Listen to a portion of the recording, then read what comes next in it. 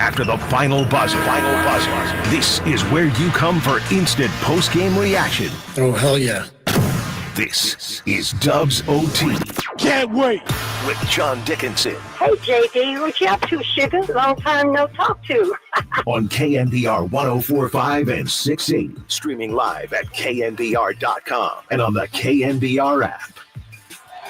So the Spurs, 3-0 homestand. They take care of the Warriors in just a wild fourth quarter. Well, they bottle up the Dubs. They're 7-5 since Greg Popovich went out. And you got to credit the Spurs. They're coming. Yes, Spurs outscore the Warriors 33-13 in the fourth quarter. The Warriors led by 17 with 1 minute to go in the third, and the game completely flipped from there. That's when the Spurs got things going. They scored the final 7 of quarter number 3 to make it a 10-point game, and then they turned the 10-point deficit into a 10-point win, plus 20 San Antonio in the fourth quarter. We welcome you into Dubs OT with JD, John Dickinson, here on KNBR, the sports leader. We got Greg Silver back in our San Francisco studios for tonight as well. Greg, good to be with you. So everybody filing in on YouTube and Twitch, say hi to Greg. Greg, I'm just going to welcome you in. Hell of a week, my man.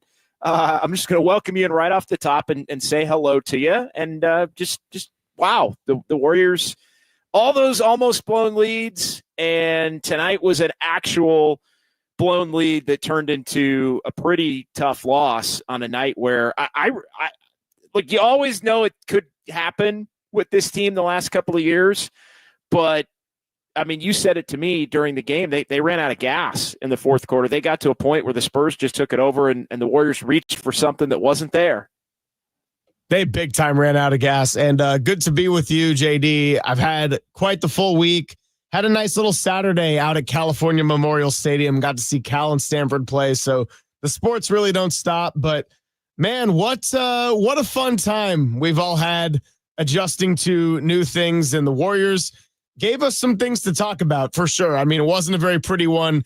They completely had the water shut off on them offensively and defensively.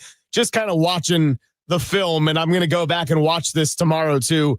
They looked lazy, and I think it was a result of just being so fatigued with 3 games in 4 nights that the Spurs were taking it to them every which way, and the Warriors had no clear answer. They had a nice, comfortable lead. It turned into a nice, comfortable loss, double digits. Yeah, 3rd and 4 nights, 4th and 6 nights, and again, just a bad night straight up for Stephen Curry and Draymond Green. All told, the veteran guys, and Steph 5 of 16 in this one. Draymond 0 for 5, 7 boards, 1 point. I mean, really not the impact that you want defensively on the game. And so I think you're always kind of worried about the OGs when you look at the layout of the schedule and when you're going to be playing back-to-backs. And this was the Warriors' first road back-to-back of the season. They did have the home back-to-back against the Pelicans where they were playing shorthanded without Stephen Curry and Andrew Wiggins back at the end of October. But this is the first true, hey, the games are coming rapid fire every other day, and then you hit that one back-to-back at the end of it. It turns into a 4 and 6. And the Warriors looked like they were going to have enough from the others in this game to be able to have enough of a lead to where they can do what they've done a lot so far this season, which is have a lead slip away or almost slip away, but then have enough to stabilize the game and finish it down the stretch. So Warriors, though, unable to do that in this one. So let's discuss it. 808 KNBR 415-808-5627. That is the number again to give me a call or shoot me a text here on the Sports Leader. Also, YouTube and Twitch, we are off and rolling. I am in Appleton, Wisconsin again. This is the third show at Dubs OT last night, just Dubs this morning, and then back here to wrap it up, Dubs OT from Appleton, Wisconsin, as the Packers and 49ers set to go from Green Bay tomorrow. And, of course, we'll have that for you here on KNBR. So some thoughts on this one from me. Victor Wembanyama back after missing the last 3 games for the Spurs. And wow, did he put an imprint on the game down the stretch, defensively, offensively as well. Andrew Wiggins, though, picking up right where he left off in the first quarter. Wiggins with 10 more in the first quarter, 4 of 7 shooting, knocking down a couple of threes. I mean, it really felt like last night in the last couple of games early with the way Andrew Wiggins played. Buddy Hield had a quick 8 off the bench, shooting it well. Warriors are up 29-17 after 1, playing hard, expending a lot of energy, looking engaged, like they wanted to get this one in San Antonio and continue to improve that record, get their 13th win in 16 games to begin this season. Warriors up 34-20 in the second quarter. Buddy Hield hitting another 3, then 36-20. And as was the case later on in the game when the Warriors got up 17, it was an immediate 10-0 run for the Spurs when the Warriors got up 16. But the Warriors had an answer, and all told, a strong defensive intensity for the first half, really not allowing San Antonio to get into the paint. I thought they made the Spurs 3-point happy and took the paint away in the first half, and the Warriors were able to get into the paint, really dominating that part of the floor on both ends. And then it was fascinating to see the Warriors playing so well overall in terms of the score and the margin, and then Steph and Draymond struggling at the level that they were. But it was Wiggins with 15 in the first half. It was Buddy Hield pitching in as well. And then Lindy Waters would get into the act in the third quarter. Back-to-back threes from Lindy Waters as the Spurs made their run to cut it down to 6. Warriors get back up 12. 2 huge threes. Gary Payton II added another one in the third quarter. Spurs, though, starting to do a little bit of a better job at getting into the paint. But right as the Spurs were starting to have life, it was boom, boom, boom. 2 Lindy Waters threes. Payton adds another one. And the Warriors able to push the lead all the way up to 77-60. Curry with an and one. Looney with a putback. Moses Moody made a play.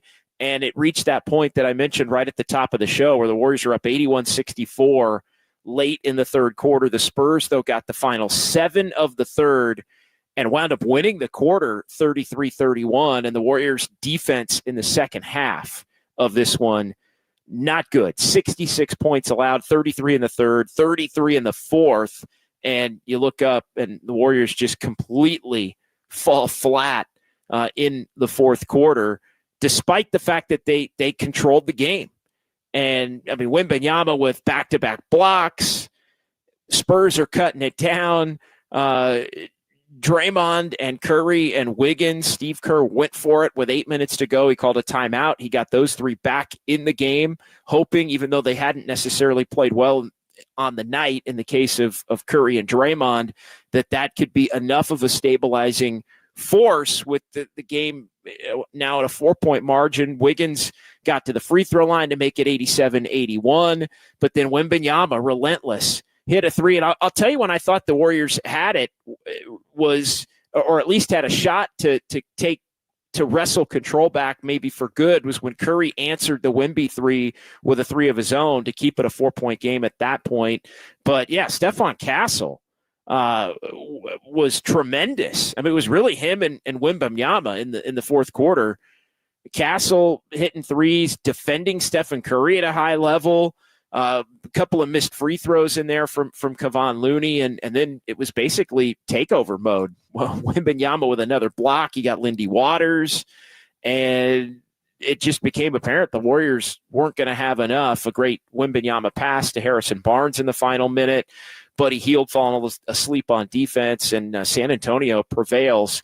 And so the Warriors take their 4th loss of the year to now be 12-4, 7-3 away from Chase Center, where the next 2 games are going to be for Golden State, with the game against Brooklyn on Monday and Oklahoma City coming up on Wednesday. So 808 KNBR, 415-808-5627. That is the number to give us a call or shoot us a text here on this fine Saturday evening in the Bay Area, as the Warriors finally have one of these comebacks actually slip away and lead to a loss. YouTube chat firing on all cylinders here early on in the show. AJ Cruz chiming in. Played last night, have to account for that.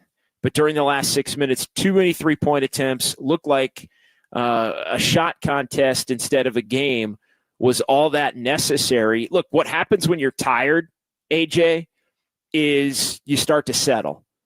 And because it takes a lot of energy to keep attacking. It takes a lot more energy to drive to the basket than it does to just take a three. And so I thought the Warriors took some threes in part because they were there to be had. And also, I think while it can expend more energy to take the three ball, you've also got Victor Wembanyama waiting for you at the rim if you look to attack. So I think you're also accounting for that. One, maybe you got some tired legs, and then two, you've got Wemby waiting there to swat the ball away. Warriors did everything to lose this game, as Rebel DeSound said. Bad loss, really. I don't think it's a horrible loss considering the circumstances. Again, this is not the 3-13 San Antonio Spurs of last year. They are starting to grow, even with Greg Popovich away from the team after suffering the stroke. But they've got some good young players, and they've got some veteran players. And I don't know if they're going to necessarily be a contender when it's all said and done for a play-in spot. They're 9-8 with the victory tonight, but this is just a more formidable team and a team that's played well at home. Mentioned that last night on the show that San Antonio has played pretty good at home to this point. And so they get another home win, 8-3 for San Antonio at home. And all told, unfortunate for the Warriors, because I really felt as this one went on, like it was one that the Warriors were almost getting away with something in this one, because and Wiggins really fell off, by the way, after the good start. His best quarter was the first quarter, and his game kind of tapered off as the game went on there. You don't think of him as being somebody, as a younger player by comparison to Stephen Curry and Draymond Green, who's going to fade. But I thought there was a little bit of fade in his game. But tonight was going to be the game where it looked like, maybe some key buckets and contributions from Lindy Waters and Buddy Hield, along with Wiggins 20, were going to be enough. But again, the Warriors go ice cold in the fourth quarter. Excellent defense from San Antonio. And the Warriors run out of gas in this one to lose it 104-94. So 808 KNBR, give me your thoughts on this one. And just, did they have this one coming? Is this the first example of now you go back and look at some of the games they hung on and won and say, hey, there could have been two or three more, kind of like this one? Or is it a one-off in terms of, hey, this is the fourth game in 6 nights. It's the third game in 4 nights. And you've got a couple of guys that the Warriors really needed as carriers. And look, Steph and Draymond had to go back in the game last night to help the Warriors finish it and earn the win. I mean, I give Steve Kerr credit for really looking to try and chase both of these games. I mean, Steph ends up with 32 minutes, Draymond only 27, fouled out, but he just didn't have it tonight. Didn't shoot the three ball well.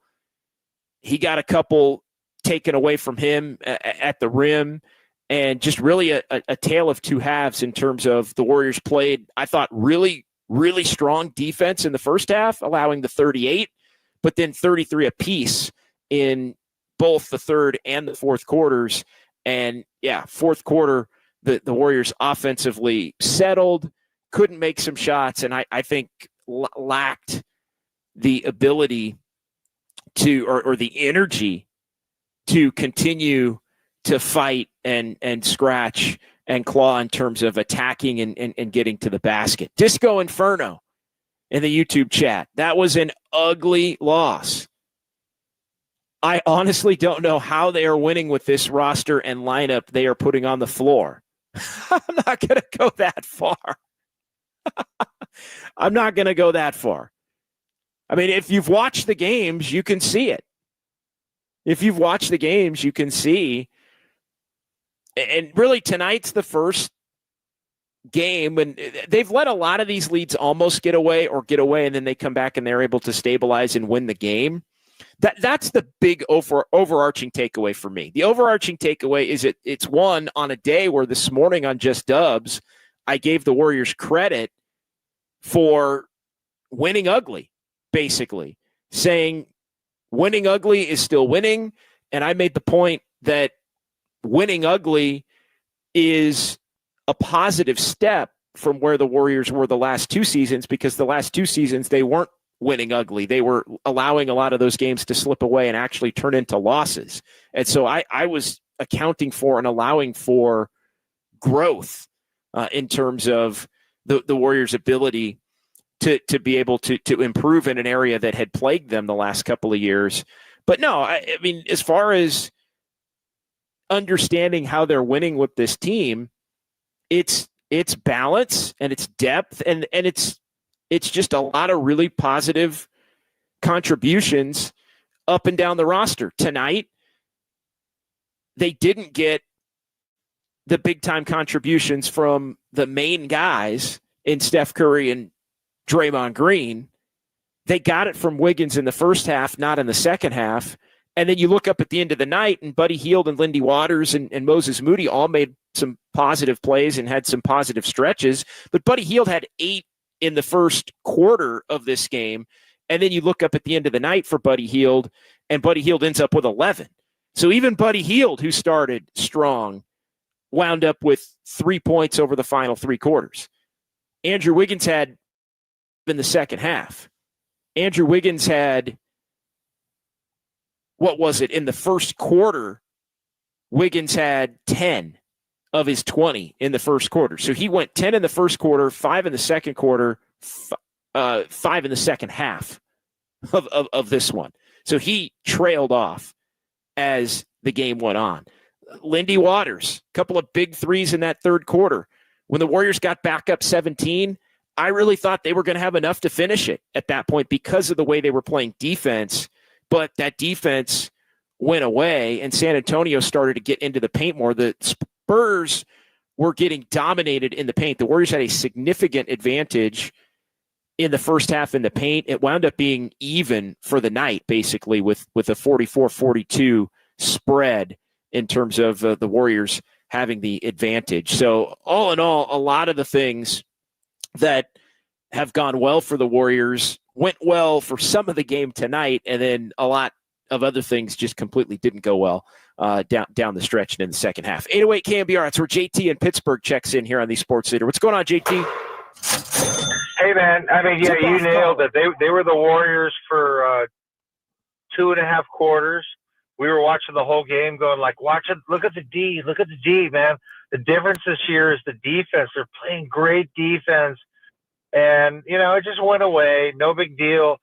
The point guard management off the bench, I'm concerned about. I don't think he's playing as good this year.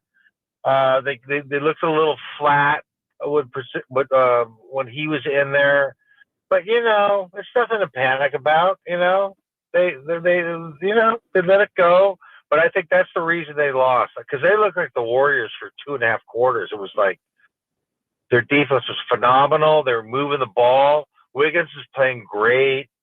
He did tail off. I agree with you. I think everything you said was on point, dude. But they let it get away. They should have won the game, definitely.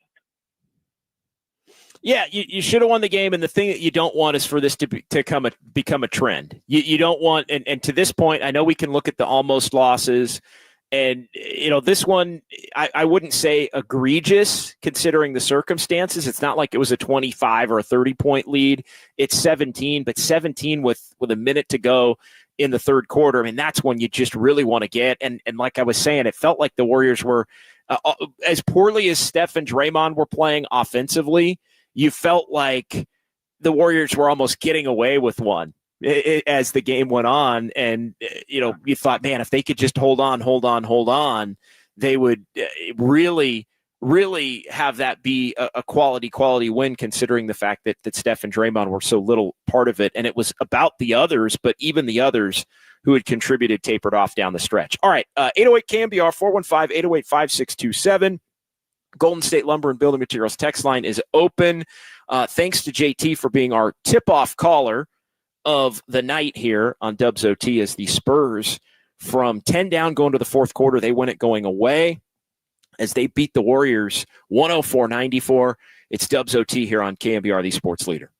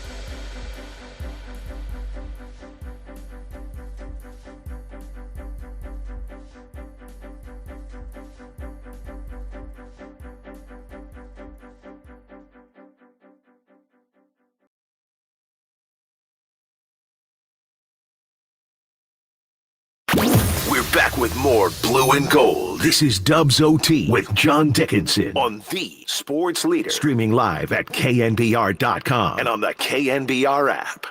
Wembanyama with the rebound. You got two defenders staying with Steph, but you weren't able to finish inside. You got the rotation that time. Castle for three. Spurs last led this game 2-0. The rookie is growing up before our eyes, man. The game has flipped 20 points. Yeah, Stephon Castle, another three, made it 93-90, and the Spurs had not, as you heard Fitz and Kalena Azubuike on NBC Sports Bay Area said, had not led in the game since very early in the game. That three under 4 to go. Wiggins missed a three. Looney missed a couple of free throws, and then Wembanyama hit a three to make it 96-90. Warriors in trouble there, and they go on to lose tonight in San Antonio, 104-94, 33-13 in the fourth quarter. That's the story of this one. Warriors were up 17 with a minute to go in quarter number 3, and all hell breaks loose. The Warriors outscored final 13 minutes of the game with the fourth quarter and then that final minute of the third quarter, 40-13 in favor of San Antonio after the Warriors had built that 81-64 advantage.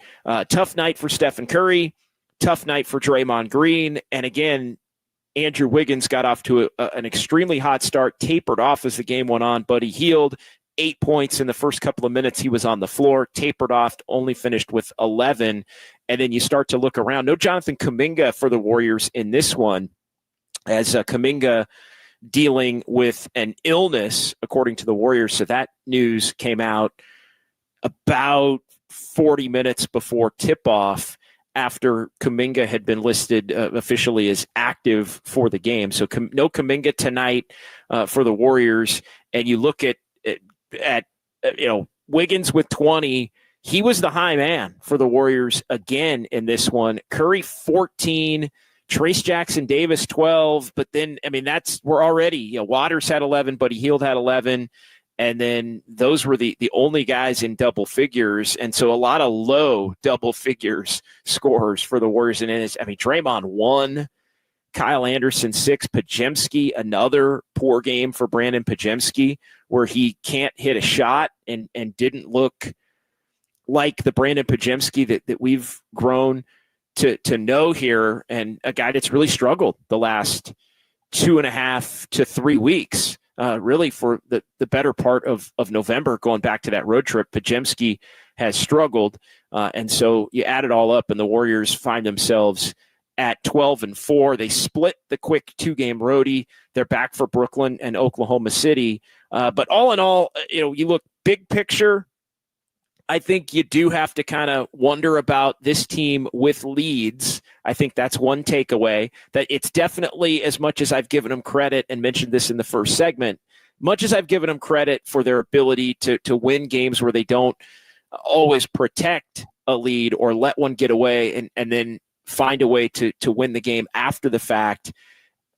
Tonight is a night, even second of a back-to-back and 3-4 and 4-6, where I just kind of file it away, Greg, and I know you're more aligned with this than I am, but you just file it away as, okay, a mark toward no lead feeling safe, but you just can't let this continue to happen with regularity. Again, it's a one-off. It's not one where you're up 6 with a minute left. The game truly did flip, but it also, the next time the Warriors have a 17-point lead late in the third quarter, early in the fourth quarter, I'm not necessarily going to be thinking the game's over either.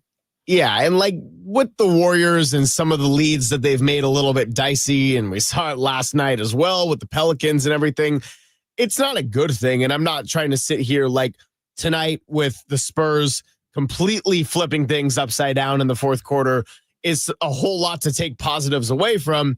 But I also do file this under the cabinet of they completely ran out of gas. So I don't think it was like, it's not the headline of, wow, what a terrible blown lead and a choke. I think on this particular night, they looked gas, and the Spurs, I got to give them credit. Their defense was great. They shut the Warriors down. One thing that has been a little bit of a recurring theme, though, that I'm not super thrilled about is Steph and Draymond in particular have had a lot of really bad and borderline careless fourth quarter turnovers, JD, and they haven't really had to pay the price for it in terms of the win-loss record, but that's something that is not really a good sign here, just like a month, 2 months here in the season. No, it's not, and that's something that has plagued those two in particular throughout the course of their careers in games where the Warriors have lost, even in the championship era days. Cleaning up a couple of more here in the YouTube chat as well, and we mentioned Kuminga. Enter the Draymond, was Kuminga injured? Why no Kuminga? Kuminga was ill, and again, that came out about 45 minutes prior to the game, so just kind of resetting that. So that's why Jonathan Kuminga did not play. I actually, being here in Wisconsin, full disclosure, had gone over to Green Bay.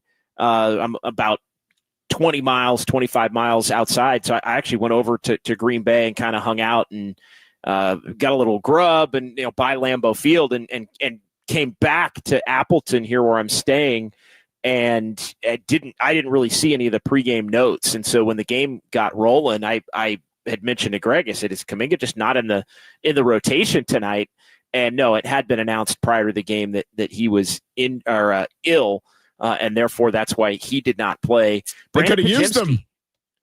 Well, in hindsight, yeah. I mean, it didn't look like they were going to need him, but in hindsight, yeah. I mean, this is one of those games where you look up at the end of it, and if Kuminga had 12 points on 4 of 7 shooting with some free throws, that might have been enough to get him over the hump. Now, at whose expense, I think you have to wonder in terms of playing or shot attempts and those kinds of things. But no, you look up at the end of the night and yeah, you Kuminga is somebody and somebody that has given the Spurs trouble in the past as well.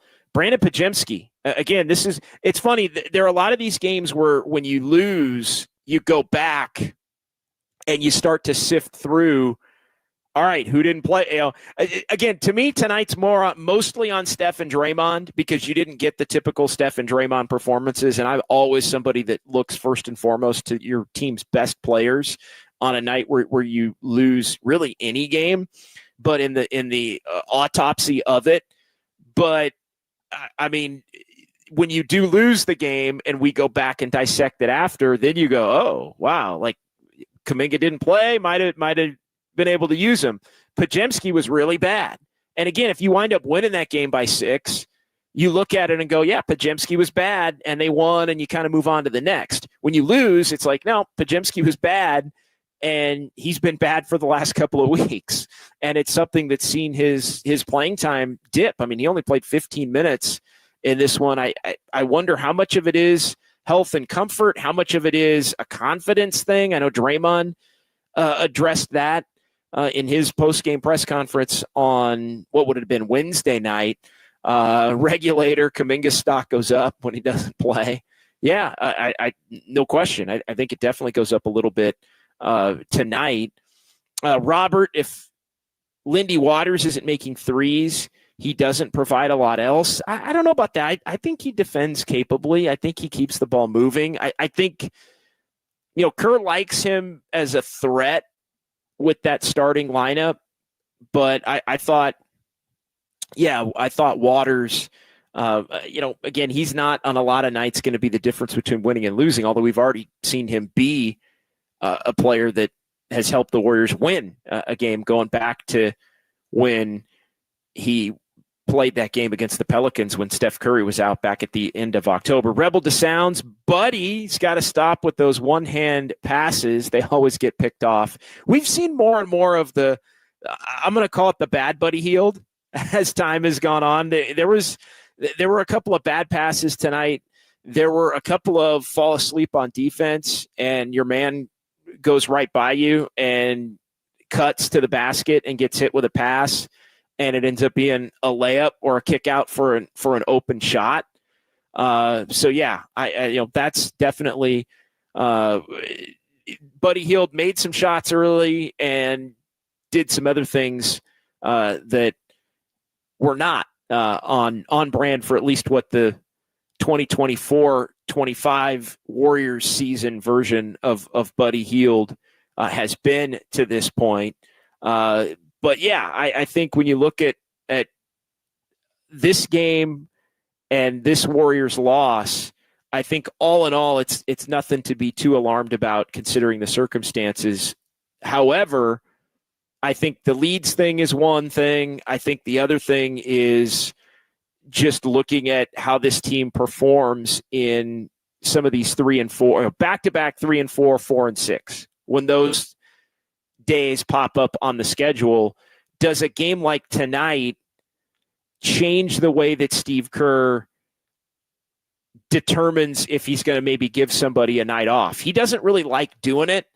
He's more open to doing it than the players are. The players typically, the Warriors have a unique group in terms of guys that really have to be told you're not going to play, where I think, there are a lot of other stars in the league that are looking for that opportunity where they're going to get to split a back-to-back and only have to. I think one problem with the league, and I think Adam Silver has tried to correct this the best he can, but I think one problem with the league in recent years is the fact that it almost became a badge of honor among some stars to sit out, like to be deemed so important that you don't have to play every game and you can sit over on the bench in your street clothes and just kind of be, yucking it up with everybody. So the Warriors there are a lot of guys in the league, and I'm not going to name names because I might get off on a 20-minute tangent if I do, Paul George. But there are a lot of guys that like their PTO nights and their rest nights, LeBron James. And it just, there are guys that like that. Again, I think it's shifted back the other way, which is a good thing, Kawhi Leonard. But the league is trying to not want it. They don't want it to be that way, Joel Embiid. And so again, I give Adam Silver credit, but I don't want to mention names. Did I miss anybody, Greg? I mean, that was a really fine performance. I got good entertainment out of this one. Did I miss anybody, Greg? Jimmy Butler. You're naming some potential Warrior targets, past or present, by the way. The point I'm getting at is the Warriors guys want to be out there and have to be yanked out, whereas other guys are like, all right, cool, I'll take the night and just chill. So yeah, they're no John Dickinson. Well, we'll see. We'll see. What do you mean? You've done 3 shows from Appleton, Wisconsin. I have. I've done 3 shows from Appleton, Wisconsin. I was joking about it today on Just Dubs. The fact that, yeah, there's been 3 shows from Appleton, a couple from Tampa. We've had a Portland show. We've had a Salt Lake City show. Next week, there's going to be a Buffalo show. Like it really, and then Dubs OT tentatively scheduled to go on the road on the way back from Buffalo to catch that Denver game. And so, we'll see how that all shakes out. But, I don't like taking nights off. And I also don't like when the bosses tell me I have to take a night off. So, we'll see. We'll see what happens. Yes, Mr. Subliminal. If you're old enough, I don't know. I mean, Greg, do you watch old Saturday Night Live? I mean, this is like way before you. This is like when I was a kid, Saturday Night Live. Yeah, it's one of those things where, like, when you come home for the holidays and you're around your family, you'll watch like old Saturday Night Live skits. But I don't know if I've gone down the rabbit hole on my own time. If that makes sense. Yeah, it was a Kevin Nealon character, Mr. Subliminal, and like late '80s, early '90s, Mr. Subliminal. So he would just have a full blown conversation, and he'd just drop subliminal messages and it was unbelievable, like truly, like fantastic. Like one of my all-time favorite, like old Saturday Night Live bits was Kevin Nealon as Mr. Subliminal. So yeah, for those that are old enough to know or watched way too much late night television before they were in double digits in terms of their age, that was then you know what I'm talking about. Or if you go back and you watch some of the classics, obviously the classic SNLs are, you can watch them on Peacock probably, and YouTube and all that stuff. But I digress. Greg, would it change anything for you? Would it change anything for you as to how Steve Kerr manages the next either back-to-back, but we're really talking more the accumulation. It's not just back-to-back. It's 3 and 4, 4 and 6.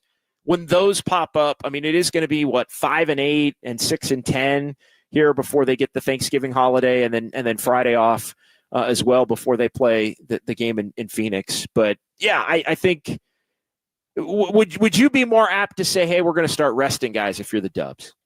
Honestly, no. And Steve Kerr's going to know this team better than I will, sitting here from the board. Steve Kerr, Terry Stotts, Jerry Stackhouse, and of course the players themselves who, to your point, don't actively seek taking time off. But the reason I'm saying no is because the Warriors have had a lot of things working. I don't think there's a whole lot of reason to panic. You have one gross back-to-back in November where you completely run out of gas. Don't let a game in San Antonio completely derail what you're doing. If this happens again and it becomes a trend, and then you get later in the season and Steph is starting to wear down, sure, different conversation. But right now, no. Yeah, no, look, I applaud the Warriors for going for it. There was some thought that this could be a game tonight where you might look to do that. You might look to give Steph and Draymond a night off at the end of this thing, and you get tonight off. You're going to be coming home. You have nothing going on tomorrow. You have everybody show up and play Brooklyn, which, by the way, is a real good first game back off of a trip, but also as an extension of this long stretch to get Brooklyn at Chase. That's a game where you think you can work your way into it, and then we'll see what Steve Kerr does in terms of practice time and things like that. But the good news is the Warriors don't play Friday. I can't remember the last time the Warriors didn't play on Black Friday, but they do go and it starts to get a little bit more spread out. They don't have anything Thanksgiving. They don't have a game Friday. They have 2 days off between the game in Phoenix and the game in Denver on the 3rd. And, then after that, come home and are going to be home for a little bit. Couple of games against the Timberwolves, and then that game is going to get wedged in for the Emirates Cup with the Warriors playing either on the 10th or the 11th of December.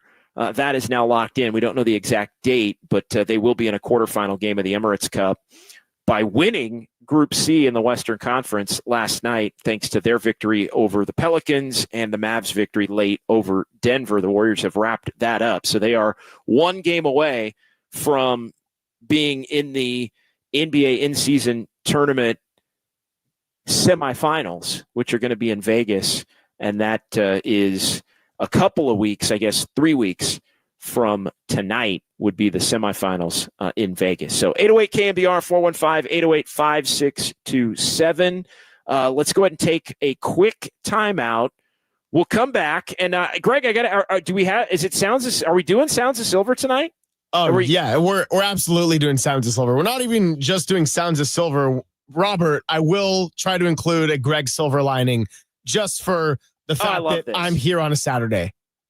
I love this. So yeah, and again tonight, proof, as I said, I've said so many times here, proof that Greg's not going anywhere. Hey, here's my quick aside before we take the break. Is I was talking about this yesterday when I was coming in right before I did Papa and Silver Friday edition, and I was mentioning how I was going to do Dubs OT tomorrow night and run the board, and it was just going to be like old times. And I made some comment about it. I guess that's what happens when half of your staff is in Hawaii for the week. And then Jack Loader, our digital guy, kind of stops for a second and he goes, yeah, but you're also just a sicko and you love doing this. And I was like, okay, yeah, you're right. I don't really have like an argument for that one. He got me. Yeah, no, you are a sicko. And I mean, and I appreciate you for it because I'm a sicko. I'm a sicko who loves doing this as well. And you're giving me life tonight, to be honest. I mean, this is if there's been a lot going on, obviously, of late, as everybody knows, and fourth game in 6 nights, and doing a lot of different shows from different cities. So Sounds of Silver is coming up next, and we will also have some fun with numbers. Really want to dive more into the YouTube chat as well. I've got a couple of text messages to get to. Warriors blow a 17-point lead late in the third quarter. They end up losing by 10 at San Antonio. They're 12-4, back home Monday against Brooklyn. And we will continue the conversation. Dubs OT with JD here on the Sports Leader.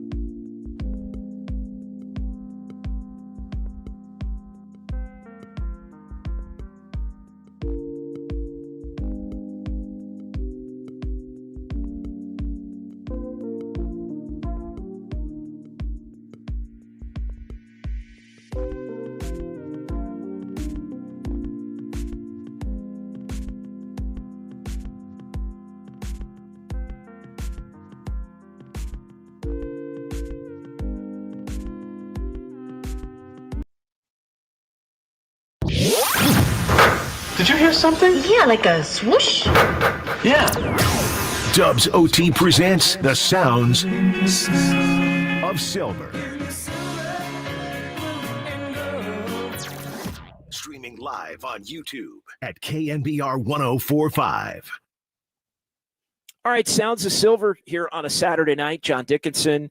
It is Dubs OT with JD and Greg Silver on hand. A pleasure to have Greg here, back like old times as he moves on to Papa and Silver, 10 a.m. until 2. Not sure how many times we're going to see Greg at the control board here moving forward. I would venture probably not very often, if at all, moving forward. But we've got it for one night here. And, of course, still will be a part of the show moving forward, including, I guess, you're coming out to Harmonic on Monday night, Greg? Oh, that is absolutely the plan. Okay. Love that. No, we'll love that, and that'll be fun. And I know you're going to be able to do that from time to time, which will be good. What do we got as far as Sounds of Silver tonight? So pretty light sound all around, just because you know how it goes on a back-to-back on the road after a bad loss and the team's about to travel home. But we do have a good 4 cuts I would like to play for all of you. And a big thanks to Kyle Chung, who's right back there, for cutting up the sound. And he is one of the many people this week who stepped up, along with Cole and Ryan. And I feel like I'm missing somebody else too. Raph, for sure. Raph always steps this up. Morning. Raph always steps up. But yeah, Raph kept everything rolling with just Dubs this morning. So we appreciate him. Absolutely. Yeah. So big thanks to all those guys, and especially Kyle tonight. And we'll start with Steve Kerr, just kind of your generic post-game reaction to a game like that, with what happened and giving the Spurs credit for essentially kicking their butt in the fourth. Well, number one, the Spurs were great. You know, they were so good in that fourth quarter defensively, flying around. I thought the way that the third quarter ended was a killer. We had a 15-point lead and the ball 35 seconds. So we're going to get a 2-for-1 and, you know, hopefully go up 17 going into the fourth. And we get a turnover, and then they score 5 in a row. So a 10-point game going into the fourth. That was a key moment, momentum-wise, and I thought they earned it. You know, the Spurs did, with finishing the quarter like they did, and then dominating the fourth. They were fantastic. Yeah, and the end of that third quarter is why the Spurs had fight in the fourth quarter, and to me, that was the game. I'm with Steve 100% on that. The 17-point lead, and it was 15 after the Spurs had hit a bucket. You want to stabilize right there, at least have it be 15, if not 17, but it got all the way down to 10. And closing quarters has been an issue for the Warriors at times this year, even in some of the games where they've won because they've played well in other areas. And so I guess maybe that if we're looking to start making a list of things that you want to keep an eye on moving forward, big picture, I think closing quarters, they've had some really good closes to quarters. They've also had some really bad closes to quarters. They absolutely have. And I know this can sound very much like a good old sports cliche, but especially in the game of basketball, with how quickly everyone can score today, how you start and end quarters really, really matters. And it's been defining in a lot of the Warriors games. I think that they've been able to overcome some bad starts or some bad finishes at times, but they also have allowed it to hurt them too. And I think even in games that they've won, you saw not quite finishing quarters against Houston allowed them to come back in 8, or even OKC sort of started their run at the end of the third, and then they got the game really close before the Warriors were able to hold off at the end. So, starting and finishing quarters is a big deal. And tonight, it just was not for the Warriors. Let's play cut number 2. And Steve Kerr, a little bit shorter, but he essentially just admits that running out of gas is exactly what happened. We ran out of gas that fourth quarter, but, this is part of the NBA, and we have to learn how to execute, under pressure when we're tired. And we didn't do that tonight, but we'll get better. Yeah, I mean, short and to the point, and they're going to have to get better because their execution hasn't always been there, even in some of these games, like last night, some bad turnovers that give the Pelicans a chance to steal the game on a three. I mean, Trey Murphy hits a three. They lose last night in absolutely catastrophic fashion. Now, there have been a lot of other games in Boston and OKC, the game against Dallas at home, 15-5 run to close it out. They gather in overtime after blowing the 30-point lead at Houston. And with other guys out, no Curry and Draymond, in that one, Jonathan Kuminga takes over the game in the overtime. So they have figured out ways to finish against some really good teams this year. But when they don't have it, I think physically, as they didn't tonight, I think that's where that's almost a separate skill. Like, you can close games when everything's good and you're feeling good. How do you close games when you're really running out of gas and everybody can kind of see it like tonight? I think that's a key and a different skill set. Yeah, there's no question about it. The second set of cuts I want to play, I guess we played two from Kerr, but now we'll get to the players, and we have one from Andrew Wiggins, one from Trace Jackson Davis. And here's Andrew Wiggins. I don't think he sounds, I don't think he means this to be a cause for panic, but just reading this at the surface, this is a quote I really hated, and essentially saying they have a lot to figure out on the offense. JD, you and I both have been very much skeptical of a Warriors team that might have to figure some things out after watching the last 2 years of basketball. So here's what he had to say on that matter. Not all the way there yet. I feel like we're still figuring some stuff out. Today would have been, perfect example, especially down the stretch, it's executing, getting what we want, when we want it. But they made it hard on us.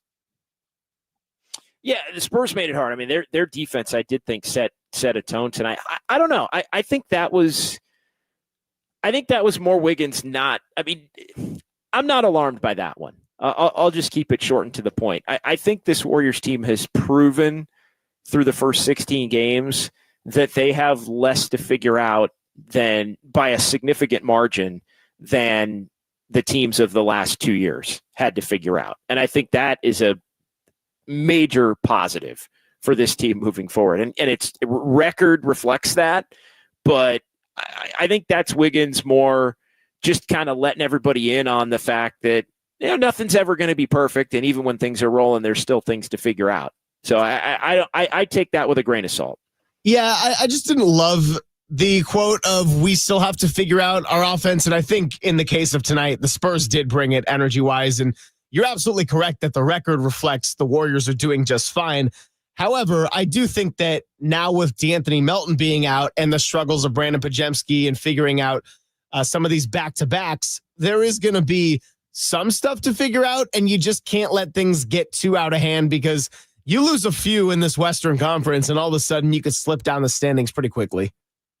You can, and I think you look at where everything is in terms of the overall standings right now, and you just don't want to have too many games like tonight where you're blowing leads. But I look at Oklahoma City's 12-4, the Rockets are 12-6, the Lakers are 10-5, Clippers have been hot. They're 10-7, and they've had the Warriors number a little bit. It is pretty jumbled up. I mean, from where the Warriors are at the top of the Western Conference all the way down to the first team out, which right now the first team out of even the play-in tournament in 11 is San Antonio. So you've got, and San Antonio's 9-8. So there are some teams that are right there that, maybe end up being on the outside looking in. And there's also some really good, look, Minnesota, Dallas, Denver right now are 10, 9, and 7 respectively. And Minnesota, Dallas, and Denver, I think, firmly believe that they at some point are coming for a top 4 spot. So if all three of them are coming for a top 4 spot, then that means 3 teams that are currently in a top 4 spot are going to feel that heat and maybe wind up trickling down a peg or 2 or 3 in the standings. I think the one team, when you look at the group at the top that was expected to be in the group at the top, it's Oklahoma City. So, and they still are very much on brand, even without Chet Holmgren, as to the kind of team that everybody thought they would have. So, yeah, it is going to be a situation where the Warriors are going to have to continue to fight and play, I think, close to this level, not maybe 750 level, but at a pretty high level to 500 if they're going to keep one of those top 4 spots, let alone the top spot overall in the conference. What's the final clip tonight? Final clip is from Trace Jackson Davis, just talking a little bit about defending Victor Wembanyama and what Steve Kerr was instructing him to do with that, pun intended, tall task. I mean, he's all 7'3", 7'4". You got coaches talking before the game. You have to get up under him. And he had some tough ones. But at the same time, just making it tough for him, trying to be physical with him without fouling. But, yeah, he's a tough guard, and he played well. He was terrific. Him and Castle tonight. Wow. I mean, Castle's defense and just infectious energy all over the place, fearlessness. And then Wembanyama can do things that someone at his height just should not be able to do. And then he does a lot of things that you would expect a player of his height to be able to do defensively and at the rim. And he got the Warriors a number of times in this one. I mean, he gets everybody, but you look at Wembanyama, only 3 blocks in this one, only. But my goodness, look at his line tonight. 25, 7 boards, 9 assists, 3 blocks, and a steal. And, didn't shoot it well either. 9 of 21, 4 of 13 from 3. But a big-time imprint on this one as the Spurs were able to come back, and a game-high plus 16 for San Antonio as they are victorious over the Warriors. Before we get to Sounds of Silver, I did have one more thing, or before we get to Fun with Numbers, that was Sounds of Silver, and I do want to clean up a little bit in the YouTube chat here before we wrap things up on this Saturday and head toward the 49ers and Packers tomorrow here on KNBR, and head toward the Warriors and the Nets on Monday. The Brandon Pajemski, and Robert brought this up, the talk is going to start soon that Pods was a major reach in the draft, especially from a place like Santa Clara. Robert made me think of this, and that's not where I'm going with it. I don't think we're close to that being the conversation as far as Pajemski. But the other thing that we have tabled here over the last handful of shows, in part, I think, because the Warriors have played so well to begin the year. But one thing that is very much a part of the story of this Warriors season is how they evaluate where they sit currently at 12-4 and the way that they're getting it done with the depth, with Steph, Draymond, and Wiggins truly forming a unit as the 3 best and most impactful players on both ends of the ball for the Warriors. So they I think, are more confident in those 3 collectively together than they've been. They like the depth. They like the Kyle Andersons and the Buddy Hields and DeAnthony Melton before he went down, all of that. The one thing, though, is the young players. And, Jonathan Kuminga had a real nice couple-week run, hadn't necessarily played as well here for maybe the last week. Maybe some games where he had a better impact on the game than the numbers would indicate, as we had discussed. I thought there were a couple of games where you look at his numbers and you're like, oh, he didn't play well. But the eye test said that he did play well, which was kind of the opposite in some ways of Kuminga the last couple of years. But what I'm bringing up is the Warriors are in constant evaluation mode right now as to how they're getting it done with the main guys, which depth pieces they like, and who maybe is expendable. And so that, because I think the questions of trades are not going away, and I know I've said that a lot. Greg, the reason I bring this up is Kuminga being less than we've come to see from him a little bit, Pajemski as well. Is there a scenario potentially in play where a couple of guys who were deemed to be untouchable may naturally not become untouchable based on the fact that they're not playing as well? And I know you always want to trade guys when there's value is at the utmost. But one thing that I wonder, and I don't have the answer tonight, but I'm going to throw it out there. I wonder if there's a scenario where the Warriors start to look at some of the young guys and say, oh, well, you know what? Pods is expendable. Kuminga is expendable because we love Buddy Hield. We love Kyle Anderson. Moody fits, and we've paid him. And you like Lindy Waters and know that he can have some kind of a role. Again, I know the Warriors are comfortable with the 12-player rotation and all of that at this point. But I don't know, something to keep an eye on. And again, you never want to trade when you're down, but I just wonder if as those players, some of them become less nightly impactful compared to others on the depth chart, are you more willing to maybe include them in trades? So here's where I'm going to get into my silver lining, and it might be a little bit of a weird silver lining tonight for Robert and the Dubs OT chat, but one of the first things we talked about when you started with Dubs OT and you used the Sacramento Kings of a couple years ago as an example is take all of your games that really could have gone either way and divide it by 2. You probably should win about half of those. And sometimes you get an inflated record like the Kings of a couple years ago had. Sometimes you get a little bit of a deflated record like the Golden State Warriors might have had last year. I think there is value in losing games like this, not because it's fun or not because it's what you deserve, but it gives you a more honest picture of what you have. And you'd rather have this happen early in the season. I know we've also said when they escaped scares against Houston and Oklahoma City or last night against New Orleans that it's good to stack up wins in the regular season, early in the season. Yes, that is also true. But you got to have some losses or just kind of some reality checks every once in a while here and there. And so not that this one game in particular defines their season, but go into JD's discussion of possible trades and who does have value and who is expendable. And our buddy Mark Spears is very much in the camp of they should make a move sooner or later because a lot of these guys might have higher value now than they would come February or so. I think it all is important in evaluating everything every day. Everything's got to be on the table when you have a roster that's this deep. And truthfully, JD, I think people not named Steph and Draymond are expendable. Wiggins is probably safe. He's had a great year at this point. But everybody else isn't really in the boat of, it's so-and-so. We're keeping them.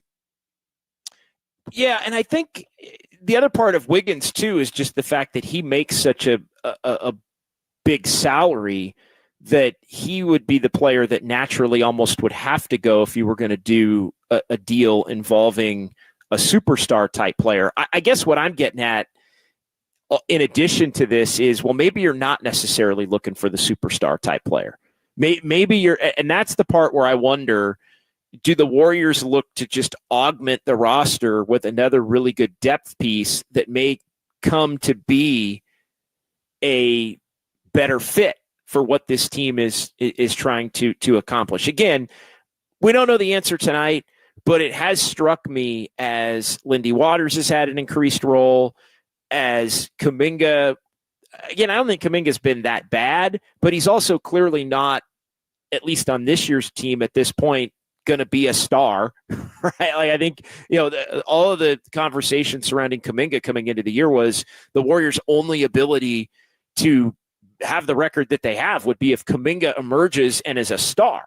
And so we've seen that doesn't necessarily have to be the case. No, he can just be a really good bench player if things are going well in a lot of these other areas where they have. And so, again, keep an eye toward who's playing well, who's not, who truly has to be out there with certain combinations, and if the Warriors would look to maybe make some moves. Right now, I think it's still more let the young guys kind of play through some of their issues. All right, let's get to fun with numbers as we get closer to the finish line here on this Saturday. This is Dubs OT with JD. Time now for fun. I'm a fun guy. With numbers. Streaming live on KNBR.com and the KNBR app. All right, Warriors lose it 104-94. They dip to 12-4. Warriors 7-3 on the road, 1-1 now in the second game of back-to-back sets. This the second pair, the second back-to-back for the Warriors this year. They won the first two games against the Pelicans, won both games at Chase Center. So the first road back-to-back. Warriors are 1-1 in the second of back-to-backs. They are 2-0 in the first game of back-to-back, so 3-1 overall in those 4 games. The Warriors had won 6 straight in San Antonio. That streak is snapped in the game tonight. Warriors also, Greg, we were talking about clutch games, 5-3 now in clutch games for the Warriors. That's a game within 5 points with fewer than 5 minutes remaining.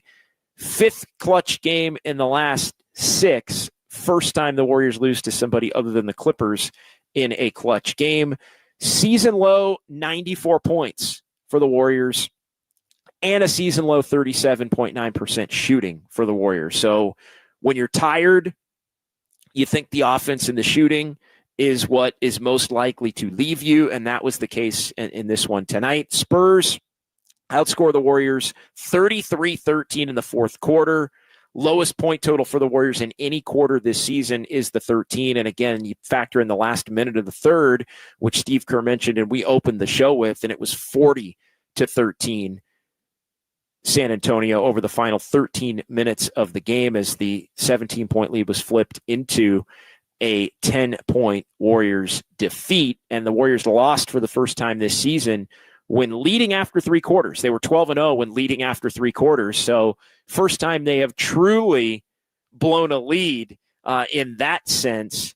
And the Warriors back home Monday against Brooklyn. Will be live at Harmonic Brewing in Thrive City immediately following that one. Couple of quick player notes. Andrew Wiggins, 4th straight 20-point game, which matches his longest 20-plus point streak of his Warriors career. Buddy Hield started hot, finished with 11. Buddy Hield also passed Joe Johnson for 19th place now. Buddy Hield on the NBA's all-time 3-point field goals made list. And Jonathan Kuminga, as we talked about, illness, missed his first game of the season. Golden State Lumber and Building Materials text line, couple of quickies here. Spurs rallied and ripped the win away from the Warriors. Kerr and the squad will get refocused after this debacle. Debacle's probably a little bit strong, but Warriors unable to put it away. 6-5-0, Warriors choked this one away. First game all year they should have put away and didn't. Got to bounce back on Monday. And then final couple of YouTube chat comments as I search here back to this screen. I just want to thank a lot of people. Ebe here, Regulator, San Jose Jazz Fan 4, Estimated Eyes, all the regulars. Mickey D with a note about the defense for San Antonio. GSW Vera, appreciate you. Welcoming Greg back. No Cap 757. Told you, JD, on Just Dubs earlier today, they'd run out of gas. Yeah, you did, No Cap. No Cap was all over it this morning. And Max Lopez, I think the energy on defense was a glaring difference between a rested team. Spurs let them off the hook with terrible shot selection. Yeah, they really did take a lot of threes. They made more of an attempt to get to the bucket in the second half. Andis Brown, happy for the Berkeley Bears, saying what's up. Berkeley Bears get the axe. And then a lot of people picking on Pods. I agree with those who pointed out that Kuminga's energy against a young team would have been beneficial. So, yeah, Bee's Knees, Tony Smith, Andis Brown, lots of good stuff from everybody in the YouTube chat tonight. All right, Greg, final thoughts. And, yeah, big when Stanford loses, we all win. Some good ones. Final thought to you, Greg, as we wrap this one up and head toward the weekend with the 49ers tomorrow and then back for the Warriors and Brooklyn Nets on Monday night.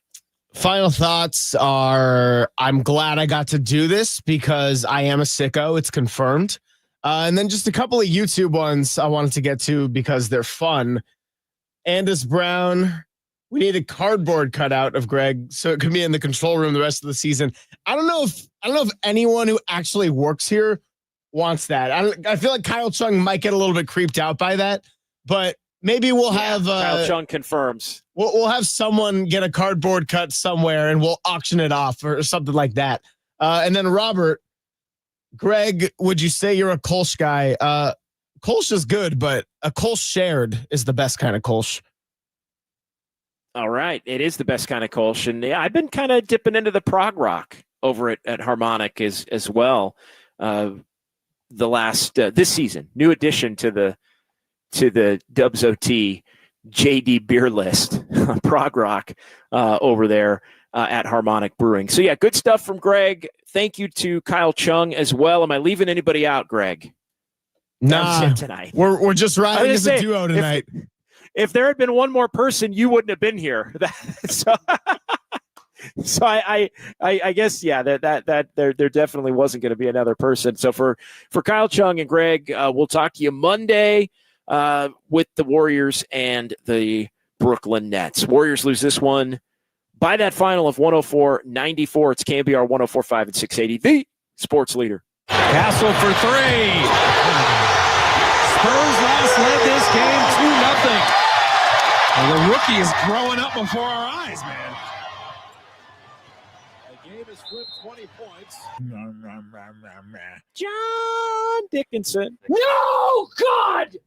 No, God, please, no! No! Big audio quality show. You are a sicko, and I appreciate you for it because I'm a sicko. I just know they kicked our ass tonight.